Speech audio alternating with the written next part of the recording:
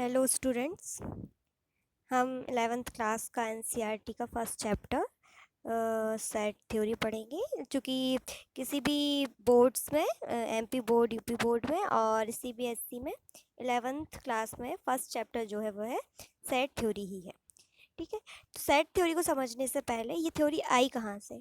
ये थे इस थ्योरी का जो प्रतिपादन है वो सबसे पहले जर्मन वैज्ञानिक जॉर्ज कंटोन ने किया था। वे दूसरी चीज़ों पे काम कर रहे थे, वे गणितज्ञ थे, दूसरी चीज़ों पे काम कर रहे थे और करते करते उनको सेट थ्योरी पर वे आ गए। और सेट थ्योरी का उपयोग जैसे ही जैसे बढ़ा, आज इसका उपयोग सबसे ज़्यादा होता है। गणित की सबसे प्रसिद्ध शाखाओं में से एक है सेट थ्योरी, जिसका उपयोग होता है। इसका उपयोग कंप्यूटर की प्रोग्रामिंग में, यांत्रिकी में, प्रायिकता में, सभी में होता है।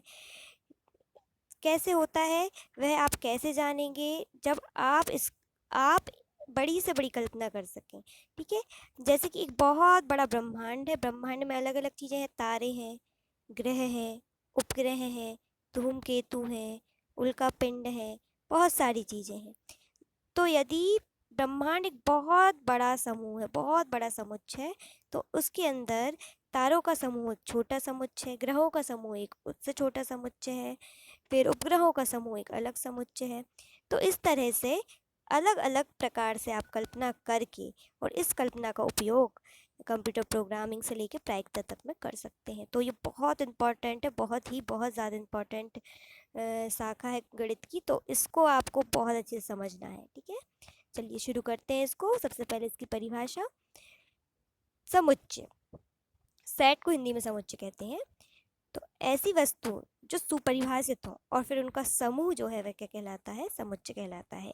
इसे अंग्रेजी वर्णमाला के बड़े अक्षर मतलब कैपिटल अक्षर से शो करते हैं, जैसे x is equals to ABCD यहाँ पर शो किया गया है। ठीक है, फिर है, चूंकि अभी तक आपने भिन्न भिन्न प्रकार की संख्याएं पढ़ते आए हैं, अभी तक आपने नेचुरल नंबर्स पढ़े हैं, whole numbers, integers, rational number, irrational numbers. ठीक है, हिंदी में अगर हम देखें तो प्राकृत संख्याएं, वे संख्याएं जो एक से शुरू होती हैं और अनंत तक जाती हैं क्या कहलाती हैं? प्राकृत संख्याएं। और ये अगर एक से शुरू हो रही है, अनंत तक जा रही है, मतलब इनका क्या बन रहा है? एक परिभाषा बन रही है कि जो एक से ही शुरू हो वो क्या कहलाएगी? प्राकृत संख्या। ये उसकी क्या होगी? परिभाषा। अगर ये परिभाषित है मतलब इसका क्या बना सकते हो? आप एक समुच्चय बना सकते हो, और इसको आप कैसे शो करोगे? कैपिटल एन से शो करोगे। ठीक है, फिर है दूसरा, पूर्ण संख्याओं का समुच्चय। पूर्ण संख्या मतलब होल नंबर्स। होल नंबर्स को हम कैपिटल W से शो करते हैं।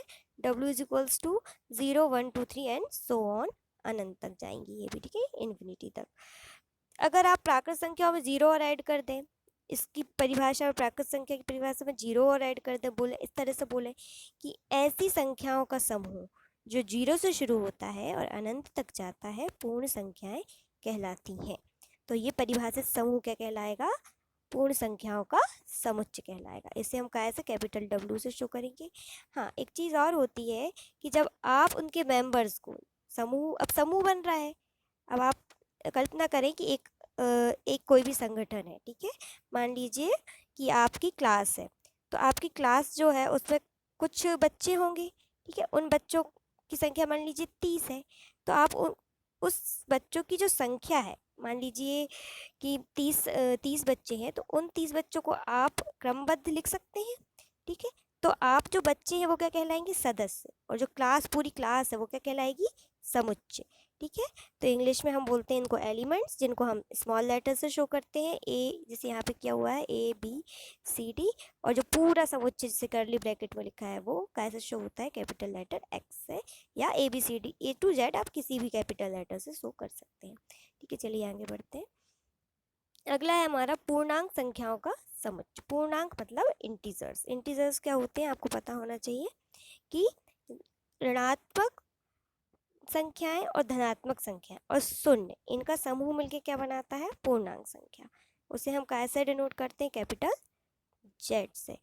ठीक है, फिर है अगला परिमेय संख्याओं का समुच्चय। परिमेय संख्या मतलब रैशनल नंबर्स, जिसे हम कैपिटल Q से डिनोट करेंगे। तो capital Q is equals to होगा P/Q। परिमेय संख्याओं की परिभाषा क्या है? याद कीजिए, आप सोचिए क्या होगा? परिमेय संख्या किसे कहते हैं? हाँ, ऐसी संख्याएं जिन्हें हम P/Q के रूप में निरूपित कर सकते हैं एवं जिसमें हर Q जो है वो 0 के बराबर ना हो और P और Q दोनों क्या हो, Z हो। Z मतलब क्या हो, पूर्णांक हो, जो कि धनात्मक भी हो सकती हैं और ऋणात्मक भी हो सकती हैं। तो उनको क्या कहते हैं, उनको कहा जाता है परिमेय संख्या। ठीक है, उनको क्या कहेंगे हम, परिमेय संख्या। इसको कैसे शो करेंगे, कैपिटल Q से। ठीक है, आया समझ में। तो ये हो गए हमारी भिन्न भिन्न प्रकार की समुच्चय। तो ये तो हमारे गणित के समुच्चय हो गए। अगर हम जनरल वे में समझें कि जनरली क्या समुच्चय बन रहा है, कहाँ बन रहा है, तब आप देखेंगे कि जब आप अल्फ़ाबेट्स पढ़ते हैं, ABCD पढ़ते हैं, तो उसमें आप देखते हैं उसमें 2 प्रकार के अल्फ़ाबेट्स होते हैं, स्वर और व्यंजन। ठीक है, तो अंग्रेजी वर्णमाला में कितने स्वर होंगे, 5। तो वे एक प्रकार का क्या बना रहे हैं, समुच्चय बना रहे हैं। इस तरह से हम आगे और भी एग्जाम्पल सॉल्व करेंगे, सेट थ्योरी के टाइप्स देखेंगे और उसका रिप्रेजेंटेशन देखेंगे नेक्स्ट क्लास में। ठीक है, थैंक यू सो मच।